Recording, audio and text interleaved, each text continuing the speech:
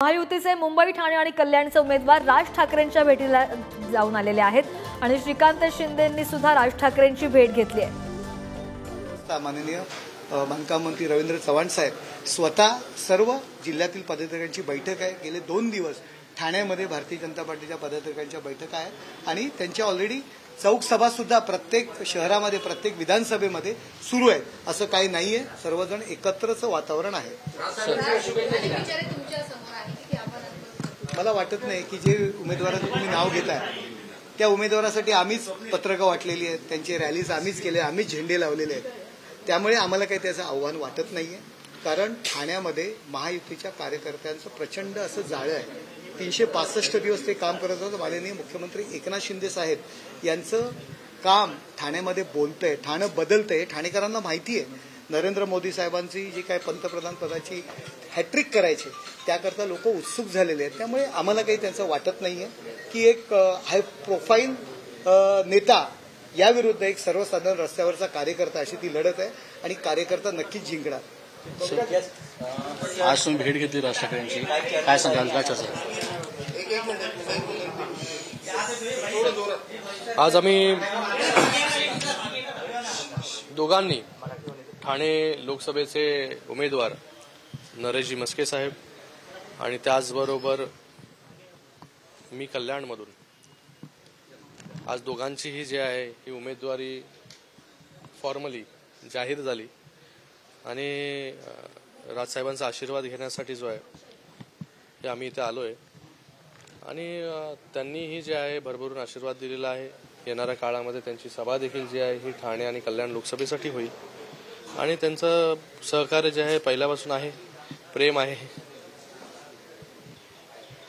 काय भेटी झाली, काय कशा प्रकारे शुभेच्छा दिल्या राज ठाकरेंनी, किती सभा घेतील, काय त्याबद्दल काही विस्तृत बोलू? मला वाटतं ते आता ठरवतील की राजसाहेबांच्या किती, त्यांचा पक्ष जो आहे तो ठरवेल की कुठे कुठे सभा घ्यायच्या त्या।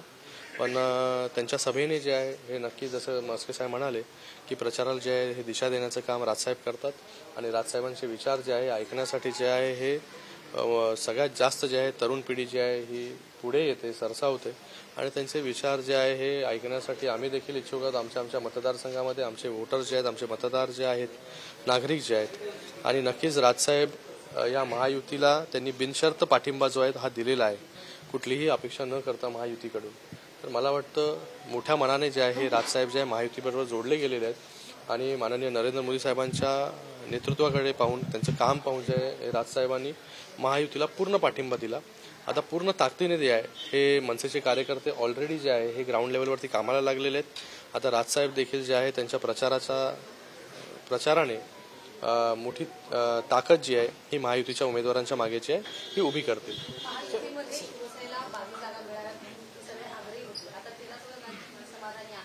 तुम्हाला अजूनपर्यंत बेरीज 15 जागा ज्या आहेत हे शिवसेना जी आहे ही लढते। मला वाटतं काही पॉलिटिकल अॅनालिस्टनी जे आहे 8 जागा 9 जागेवरती जे आहे शिवसेना लढेल असे भाकीत केले होते, पण आज महायुती जी आहे या महायुतीमध्ये शिवसेना हा पक्ष जो आहे तो 15 जागा जी आहे ह्या पूर्ण महाराष्ट्रामध्ये लढवतोय आणि मला वाटतं नंबरपेक्षा ही महायुती जी आहे आयडियोलॉजीवरती आणि विचारांवरती प्रस्थापित झालेली आहे।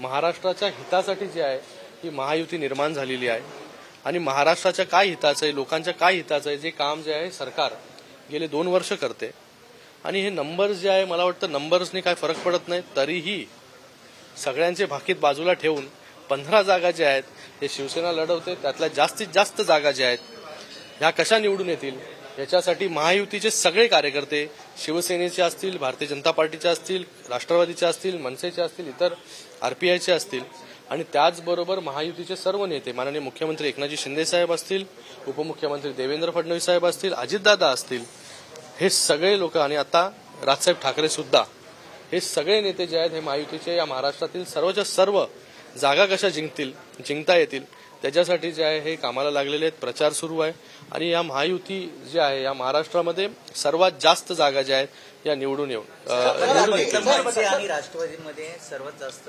मतदारसंघ बघायला गेलं तर कल्याणमध्ये आहे आणि आता मनसेची देखील आता महामेळावा पार पडणार आहे, काय सांगा? मला वाटतं ताकद जी आहे ही मनसेची सगळ्याच ठिकाणी MMR रिजन असेल, मुंबई असेल, तर आता मेळावा देखील माझ्या मतदारसंघामध्ये आहे मनसेचा स्पेशली अरेंज केलेला. तिथे सर्व कार्यकर्ते आहेत, पदाधिकारी आहेत आणि नक्कीच ताकद जी आहे महायुतीची वाढलेली आहे. त्याच्यामुळे कल्याण मतदारसंघामध्ये जी आहे ही एक मोठी ताकद जी आहे ही सगळ्यांच्यामुळे, या सर्व पक्षांमुळे जे आहे ही वाढलेली आहे आणि कल्याण लोकसभेमध्ये जे आहे एक मोठं मताधिक्य जे आहे हे यावेळेस महायुतीच्या उमेदवाराला मिळेल. सर, अगदी शेवटच्या क्षणी आपली उमेदवारी आपली असेल, नरेश म्हस्के यांची उमेदवारी जाहीर झाली, तर त्याचा काही विपरीत परिणाम प्रचारावर किंवा निकालावर पडेल असं वाटतं? प्रचार बघा, महायुतीचा प्रत्येक कार्यकर्ता जो आहे कोणाला तिकीट मिळेल हे न विचार करता महायुती तिथे कशी जिंकेल आणि महायुतीचा कॅन्डिडेट कसा जिंकून येईल त्याच्यासाठी ऑलरेडी प्रचार जो आहे गेले 1 महिना 1.5 महिन्यापासून सुरू झालेला आहे. आणि मला वाटतं आता फक्त कॅन्डिडेटचं जे आहे फॉर्मॅलिटी जी आहे बाकी होती कॅन्डिडेटच्या अनाऊन्स करण्याची, ती देखील आता पूर्ण झालेली आहे. आणि मला वाटतं महायुतीचं काम जे आहे हे ठाणे जिल्ह्यामध्ये मोठं आहे.